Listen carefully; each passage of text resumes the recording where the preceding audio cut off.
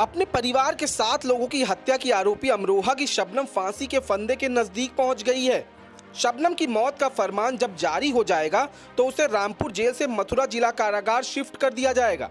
इन सबके बीच अयोध्या में तपस्वी छावनी के महंत परमहंस दास ने राष्ट्रपति रामनाथ कोविंद से अपील की है कि वह शबनम की फांसी की सजा माफ कर दें। अगर शबनम को फांसी दी जाती है तो आजादी के बाद किसी महिला को फांसी देने का पहला मामला होगा। परमहंस दास ने कहा कि हिंदू शास्त्रों में महिला का स्थान पुरुष से ऊपर होता है। एक महिला को मृत्युदंड देने से समाज का भला नहीं होगा, बल्कि इससे दुर्भाग्य और आपदाओं को न्योता मिलेगा। यह सही है कि उसका अपराध माफ किए जाने योग्य नहीं है, लेकिन उसे महिला होने के नाते माफ किया जाना चाहिए। हिंदू धर्म के गुरु होने के नाते मैं राष्ट्रपति से अपील करता हूं कि शबनम की दया याचिका को स्वीकार कर लें। जेल में अपने अपराध के लिए वह प्रायश्चित कर चुकी है। अगर उसे फांसी दी गई तो यह इतिहास का सबसे दुर्भाग्यपूर्ण अध्याय होगा। हमारा संविधान राष्ट्रपति को असाधारण शक्तियां देता है, उन्हें इन शक्तियों का प्रयोग क्षमा देने में करना चाहिए। आपको बता दें कि ये पूरा मामला अमरोहा जिले में बावनखेड़ी नामक एक गांव का है। यहाँ शबनम नाम की महिला ने अपने प्रेमी सलीम के साथ मिलकर परिवार के 7 लोगों का गला रेतकर हत्या कर दी थी। इस हत्याकांड को याद कर आज भी गाँव के लोग सिहर उठते हैं। बावनखेड़ी गांव में 14-15 अप्रैल की रात उस समय हड़कंप मच गया जब एक ही परिवार के 7 लोगों की गला रेतकर हत्या कर दी गई थी। इस घर में सिर्फ 25 वर्षीय लड़की बची थी जिसका नाम था शबनम। शबनम ने सलीम के साथ मिलकर अपने पूरे परिवार का सफाया कर दिया था। उस समय शबनम 7 सप्ताह की गर्भवती थी। शुरुआत में उसने यह दलील देकर खुद को बचाने की कोशिश की कि लुटेरे ने उसके परिवार पर हमला कर दिया था और बाथरूम में होने की वजह से वह बच निकलने में कामयाब रही, लेकिन परिवार में वही एकमात्र जिंदा बची थी। इसलिए पुलिस का शक उस पर गहरा गया और उसकी कॉल डिटेल खंगाली गई तो सारा सच सामने आ गया। अगर आपने अभी तक हमारा चैनल सब्सक्राइब नहीं किया तो अभी सब्सक्राइब करें और बेल आइकॉन को क्लिक करके हमारी लेटेस्ट वीडियोस के बारे में अपडेट जानें। जितनी उम्र शबनम के गुनाहों की हुई है उससे बस 2 महीने छोटी उम्र उसके बेटे बिट्टू की है। बिट्टू इसका असली नाम नहीं है। असली नाम और चेहरा हम बताना भी नहीं चाहते, क्योंकि एक तो ये नाबालिग है और दूसरा इसकी पहचान आम होने से इस बच्चे के दिल और ज़हन पर बुरा असर पड़ सकता है।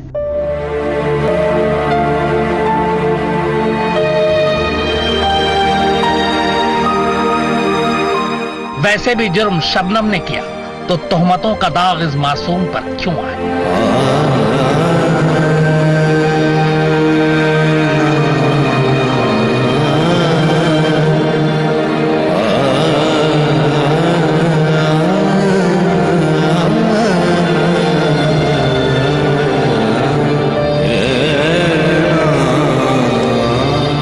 लेकिन आज शबनम की कहानी से हटकर हम आपको इस बच्चे की कहानी सुनाते हैं। ये कहानी हर एक को सुननी चाहिए, क्योंकि अगर शबनम जुर्म की पहचान बन चुकी है तो इस बच्चे की परवरिश इंसान और इंसानियत पर और भी ज्यादा यकीन बढ़ा देती है।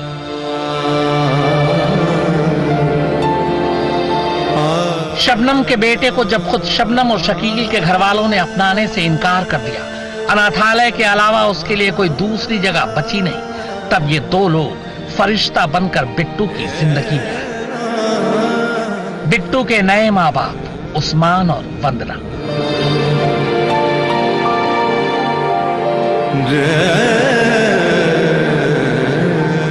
दरअसल उस्मान और शबनम अमरोहा के एक ही गांव के थे। दोनों एक ही कॉलेज में पढ़ते थे, एक ही बस में आते जाते थे, दोनों दोस्त थे।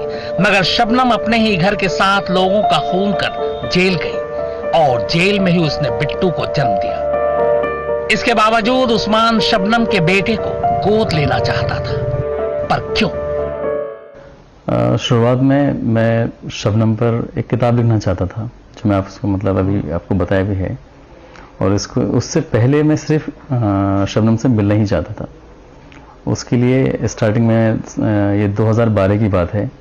तो एक दिन जैसा भी मैडम ने बताया ठीक वैसे ही मैं एप्लीकेशन लगाया और पहली बार मुझे सुबह से लेके शाम हो गई थी, वो 3-4 बज गए थे, लेकिन मुलाकात नहीं हो पाई। मैं अंदर भी चला गया था और मैं उस भीड़ में कम से कम 200-250 लोग ज़्यादा होंगे और अपने अपने लोगों से मिल रहे थे। तो मैं शबनम को तलाश रहा था उस भीड़ में और जब चारों तरफ भाग रहा कि शबनम कहाँ है, शबनम, तो किसी ने कहा कि अच्छा किससे मिला शबनम से, तो शबनम अपना आप में एक बड़ा खतरनाक सा नाम था उन लोगों के लिए।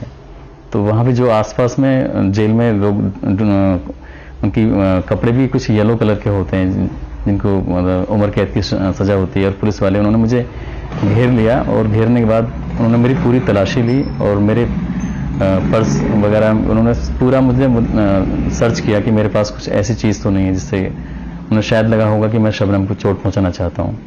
और फिर उन दोनों जो भी डिप्टी जेलर थे उन्होंने मुझे डांट के वहाँ से भगा दिया था कि अब मत आना, और मैंने बताया था कि मैं सिर्फ मिलना ही चाहता हूँ।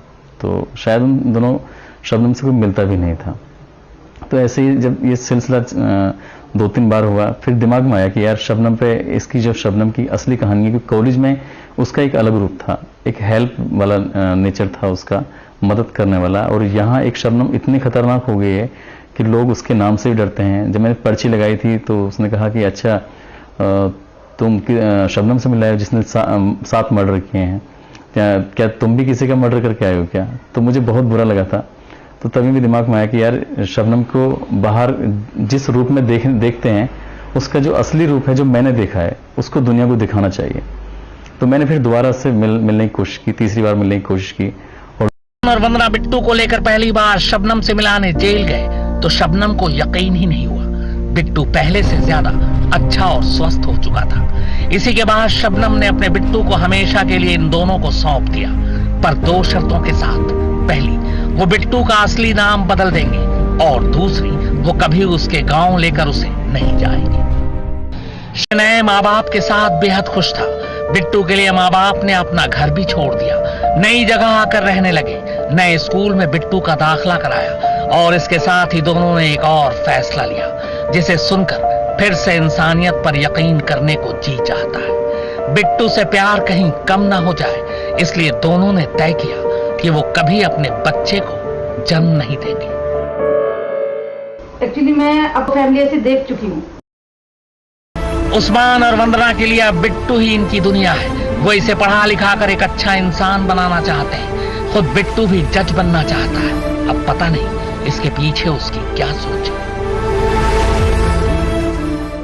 हाँ, उसकी शुरू से यही इच्छा है कि एक नॉर्मल व्यक्ति की भाई एक ऐसी पोस्ट पे हो जिसमें ऑफिस कपड़े पहनते हैं। अच्छा। स्टार्टिंग में उनको नहीं मालूम था कि इसको कोट पैंट कहते हैं, कोट ट्राउजर कहते हैं। वो हमेशा कहता था कि मुझे ऑफिस वाले ही कपड़े पहनने हैं। क्यों? कह रहे कि उसमें जो लोग होते हैं वो उनकी पर्सनैलिटी बहुत अच्छी होती है, वो बहुत अच्छे लगते हैं, उनकी सब बात मानते हैं। ये सब चीजें उनके जहन में रहती थी। कभी मतलब ये नहीं नॉर्मली रहे, वो हमेशा ये चाहते हैं कि इतना अच्छा बन जाऊं कि जो भी मेरे साथ है वो सब एकदम से खत्म हो जाए। वैसे तक इनकी दुनिया बेहद सुकून भरी थी, लेकिन अचानक शबनम की फांसी की सुगबुगाहट ने इनकी दुनिया में भूत आ दिया। मीडिया के कैमरे इन तीनों का पीछा करने लगे। मीडिया की बातें बिट्टू के कानों तक भी पहुंची। इसी के बाद वो अपने माँ बाप से शबनम के गुनाहों के बारे में सवाल पूछने लगा। एक छोटा बच्चा अगर ये पूछता है, मुझसे कभी उन्होंने शेयर नहीं किया, लेकिन उसके अपनी नानी के साथ एक बॉन्डिंग ऐसी है। जैसे हम जाते हैं, मैं रसोई में काम कर रही हूँ, जैसे मम्मी बताती है बाद में कि ये मुझसे पूछते हैं कि एक बात पूछो ना, ये मेरे साथ ही क्यों हुआ, अल्लाह ने ये सब सिर्फ मेरे साथ ही क्यों किया। जैसे ये हैं हिस्सू भाई हैं, ये मैं ऐसा क्यों नहीं हूँ। और अगर ये मुझे मम्मी पापा अगर मुझे गोद नहीं लेते तो मैं कहाँ रहता, मैं अनाथालय में ऐसे पढ़ता रहता, फिर तो मेरे कोई मम्मी पापा भी नहीं होते, मुझे कोई रिलेटिव भी नहीं मिलता। अब मम्मी कहती है, जब उसकी बातें सुनती हूँ तो कभी कभी मुझे मतलब ऐसा लगता है कि रोना सा भी आता है। और कभी कभी मुझसे भी कहता है, पर कहता है आज की डेट में ये है कि अगर हम में से किसी को खरोंच भी आ जाए दोनों से, तो शायद शबनम के लिए वो इतना ना रोए जितना कि वो हमारे लिए परेशान हो जाता। अभी इसी रविवार को उस्मान और वंदना बिट्टू को लेकर रामपुर जेल गए थे, बिट्टू को शबनम से मिलवाने। शायद बिट्टू थोड़ा बहुत शबनम के बारे में समझने और जानने लगा था। यही वजह है कि जब बिट्टू शबनम के पास जेल में मिलने जाता है तो कई बार मां होने के नाते वंदना को बुरा भी लगता है। कभी कभी ये लगता है कि ये सब कब खत्म होगा। शायद अब शबनम को भी यकीन हो चुका है कि उसकी जिंदगी के दिन कम बचे हैं। यही वजह है कि रविवार को जब उस्मान उससे मिलने जेल पहुंचा, तब शबनम ने कहा था कि उसके पास अब वक्त कम है। वैसे पिछले 13 सालों में पिछले रविवार को ऐसा पहली बार हुआ जब शबनम ने खुद को बेकसूर बताया, वरना इससे पहले जज के सामने तक वो अपना जुर्म कबूल कर चुकी है। उस्मान के मुताबिक जब वो रविवार को जेल गया तो उसने शबनम से फिर वही सवाल पूछा कि क्या तुम अपराधी हो। हाँ, बातचीत से तो लगता ही है कि जैसे मैंने कहा कि अगर ऐसा था तो तुमने कोर्ट में जज साहब के सामने बोलना चाहिए था। तो उन्होंने कहा कि मुझे जो आईओ थे उस टाइम पे कोई गुप्ता करके हैं, तो उन्होंने कहा कि मुझे बहुत मारा था उन्होंने।